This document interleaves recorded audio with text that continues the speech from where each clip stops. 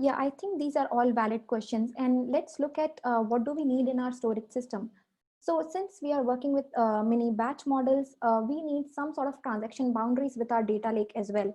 And we need some sort of asset supports to handle cases like snapshot isolation and read consistencies that you just mentioned, Sarang. We also would like to handle late arriving data. Since we are working in incremental mini batch models, there can be scenarios where a record belonging to batch 1 comes with batch 2. In this case, we want to recompute the entire data for batch 1 and correct the calculations with this late arriving record. And since we want to do all of this, we can achieve this via data mutation, which is upserts and deletes. So our storage system should support data mutations as well. While we do all of this, since we are changing the same data via data mutation, we'll have to maintain versions of data sets as well to let us know what changed and when it got changed. Come to think of it, there could be also a lot of downstream systems which are dependent on the data that we are generating.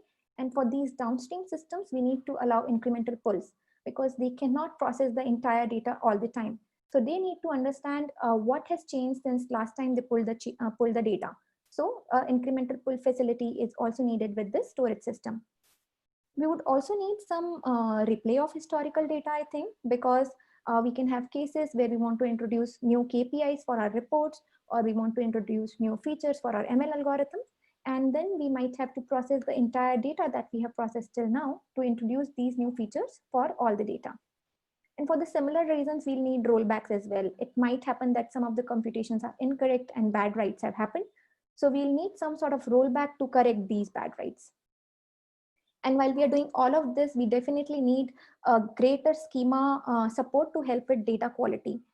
Because we have readers and writers working with the same copy of data, we do not want any unsolicited schema changes which can break my downstream systems. Imagine a situation where a new column has been added, which I really didn't want, but all my reports and ML algorithms are broken because of it. Also, let's look a little bit about ACID and how we lost it when we moved from traditional data storage systems to data lakes. So most of the distributed computing systems work in sub-processes, also called as tasks in our Spark Engine terminology. And these tasks work on a part of data and they are responsible for writing that particular part of data. So if one of the tasks fails, we lose our atomicity because we are not with all or none state. Similarly, consistency is also not guaranteed. I cannot say with a guarantee that after running a certain set of actions in the same order on the same state, I will always reach to the same consistent state because of these intermittent failures. Isolation, again, as we saw, there are no transactional boundaries and readers and writers are working on the same copy of data at the same times. There is no isolations and readers can read data which is not consistent. Similarly, durability is also lost for similar reasons.